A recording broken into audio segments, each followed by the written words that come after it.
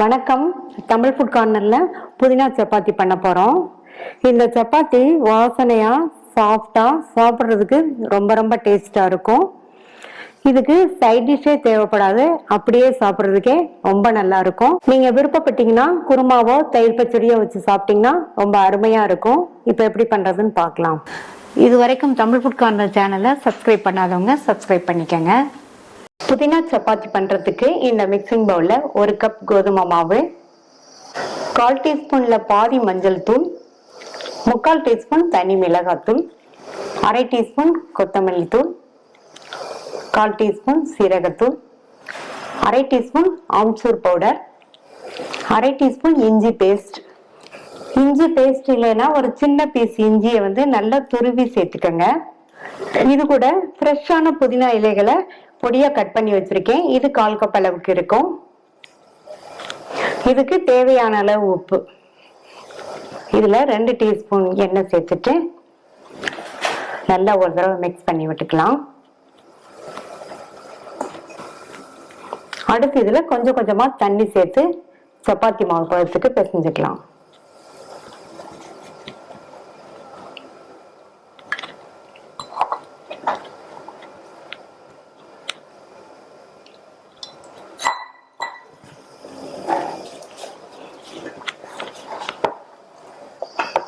மாவு பிசைஞ்சாச்சு. மாவு சப்பாத்தி மாவு பதத்துக்கு இருக்கு. மூடி போட்டு 10 இருந்து 15 நிமிஷம் ஊறிட்டு இருக்கட்டும். 15 நிமிஷம் ஆயிடுச்சு. மாவை மறுபடியும் நல்ல ஒரு தடவை பிசைஞ்சிட்டு உருண்டைகளா பிரிச்சுக்கலாம். நான் இந்த சைஸ்க்கு 3 உருண்டைகளா பிரிச்சிருக்கேன். நீங்க எந்த சைஸ்க்கு வேணுமோ அந்த சைஸ்க்கு பிரிச்சுக்கோங்க. இப்ப தேய்ச்சிடலாம். ஒரு உருண்டை மாவை எடுத்து வச்சுட்டு லைட்டா மாவு தூவி விரட்டிட்டு ரவுண்டா தேய்ச்சிடலாம்.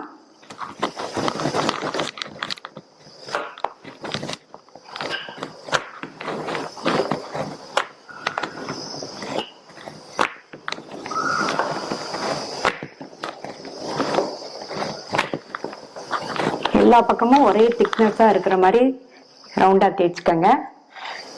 இதுல கொஞ்சமா எண்ணெய் சேர்க்கிறேன். நல்லா இந்த மாதிரி ஸ்ப்ரெட் பண்ணி விட்டுருங்க. ஸ்ப்ரெட் பண்ணி விட்டாச்சு. இப்ப மடிச்சிடலாம். இந்த மாதிரி மடிச்சிட்டு மறுபடியும் இந்த மாதிரி ஸ்கொயர் ஷேப்புக்கு மடிச்சிடலாம்.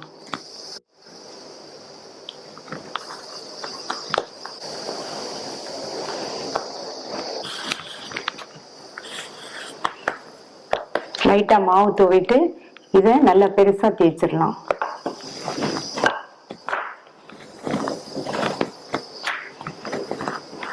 நீங்க ரவுண்டா தேய்ச்சி பண்றதுனாலும் பண்ணலாம். இந்த மாதிரி கொஞ்சமா எண்ணெய் அப்ளை பண்ணிட்டு ஸ்கொயர் ஷேப்புக்கு மடிச்சுட்டு தேய்ச்சிட்டோம்னா சப்பாத்தி நல்ல சூப்பரான சாஃப்ட்ல இருக்கும்.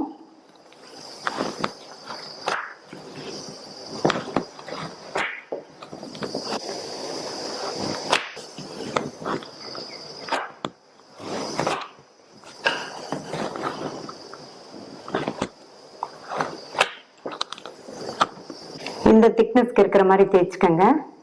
இதே மாதிரி எல்லாத்தையும் தேய்ச்சிட்டு தோசை கல்ல போட்டு எடுத்துடலாம். இப்ப கல்லு போட்டு சூடாயிடுச்சு. தேய்ச்சி வச்ச சப்பாத்தியை வச்சுட்டு எண்ணெய் எதுவும் சேர்க்க வேண்டாம். 1 நிமிஷம் போல அந்த சைடு வேகட்டும். ஸ்டவ் மீடியம் ஃப்ளேம்ல வச்சிருங்க. இப்ப 1 நிமிஷம் ஆச்சு. திருப்பி போட்டுட்டு மேல 1/2 டீஸ்பூன் போல எண்ணெய் சேர்க்கிறேன்.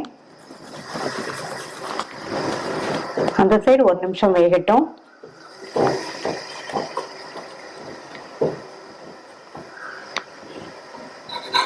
திருப்பி போட்டுக்கலாம்.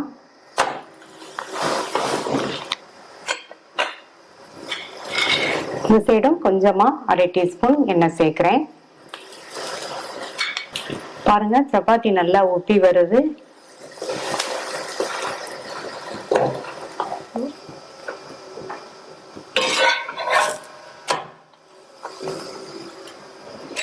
இப்ப 2 சைடுமே சப்பாத்தி மேல நல்லா பிரவுன் ஸ்பாட்ஸ் வெந்துருச்சு. பாருங்க எடுத்துடலாம். டேஸ்டான சாஃப்டான புதினா சப்பாத்தி ரெடி ஆயிடுச்சு.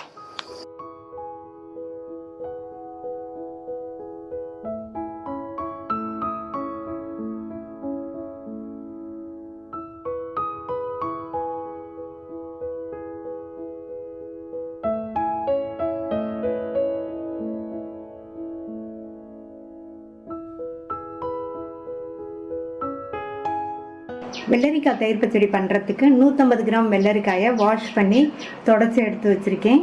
இப்போ இதை தோலோடையே சின்ன சின்ன பீசஸாக கட் பண்ணிக்கலாம். இந்த அளவுக்கு சின்ன சின்ன பீசஸாக கட் பண்ணிக்கோங்க. இந்த பேனில் 1 டேபிள் ஸ்பூன் எண்ணெய் சூடானதும் அதில் அரை டீஸ்பூன் கடுகு, அரை டீஸ்பூன் உளுந்து, 1/4 டீஸ்பூன் சீரகம் சேர்த்துட்டு ஒரு கட் பண்ண காஞ்ச மிளகாயும் சேர்த்து, கட் பண்ண ஒரு பச்சை மிளகாயும் பொடியாக கட் பண்ண கொஞ்சம் கறிவேப்பிலையும் சேர்த்துட்டு, கூடவே ஒரு மீடியம் சைஸ் வெங்காயத்தையும் கட் பண்ணி சேர்த்துருக்கேன். ஸ்டவ்வை சிம்மில் வச்சுட்டு இந்த வெங்காயம் நல்லா சாஃப்ட் ஆகிற வரையும் வதக்கிக்கலாம். வெங்காயம் வதங்கி நல்லா சாஃப்ட் ஆகிடுச்சு. அடுத்து கட் பண்ண வெள்ளரிக்காயை சேர்த்துட்டு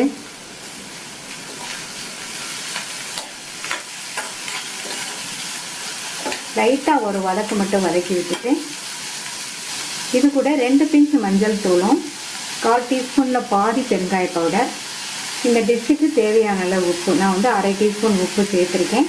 அப்புறமா தேவைப்பட்டால் செக் பண்ணிட்டு சேர்த்துக்கலாம். மறுபடியும் ஒரு பெரட்டி விட்டுட்டு மூடி வச்சுருங்க. இந்த வெள்ளரிக்காய் வந்து ரொம்ப சாஃப்டாக வெந்துடக்கூடாது, க்ரன்ச்சியாக இருக்கணும்.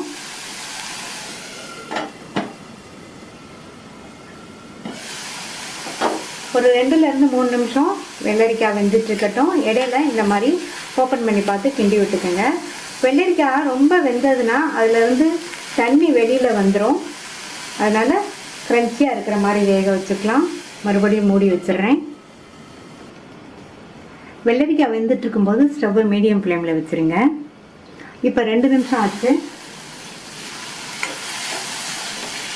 காய் வந்து க்ரன்ச்சியாக இருக்கிற மாதிரி வெந்திருக்கு. நம்ம சின்ன சின்ன பீசஸாக கட் பண்ணி போட்டிருக்கிறதுனால 2 நிமிஷத்துலேயே அந்த அளவுக்கு வெந்துடும். இப்போ ஸ்டவ் ஆஃப் பண்ணிவிட்டு இதை ஆற விட்டுறலாம். அரை கப் அளவுக்கு கரெக்டான புளிப்புள்ள கெட்டி தயிரை இந்த பவுலில் சேர்த்துட்டு நல்லா ஒரு ஸ்பூன் வச்சு பீட் பண்ணி விட்டுருங்க. தயிரை நல்லா பீட் பண்ணியாச்சு. ஸ்பூன் அல்லது விஸ்க் வச்சு பீட் பண்ணிக்கோங்க. வெள்ளரிக்காய் ஆறிடுச்சு. பீட் பண்ண தயிரை இதில் சேர்த்துட்டு மிக்ஸ் பண்ணி விட்டுறலாம்.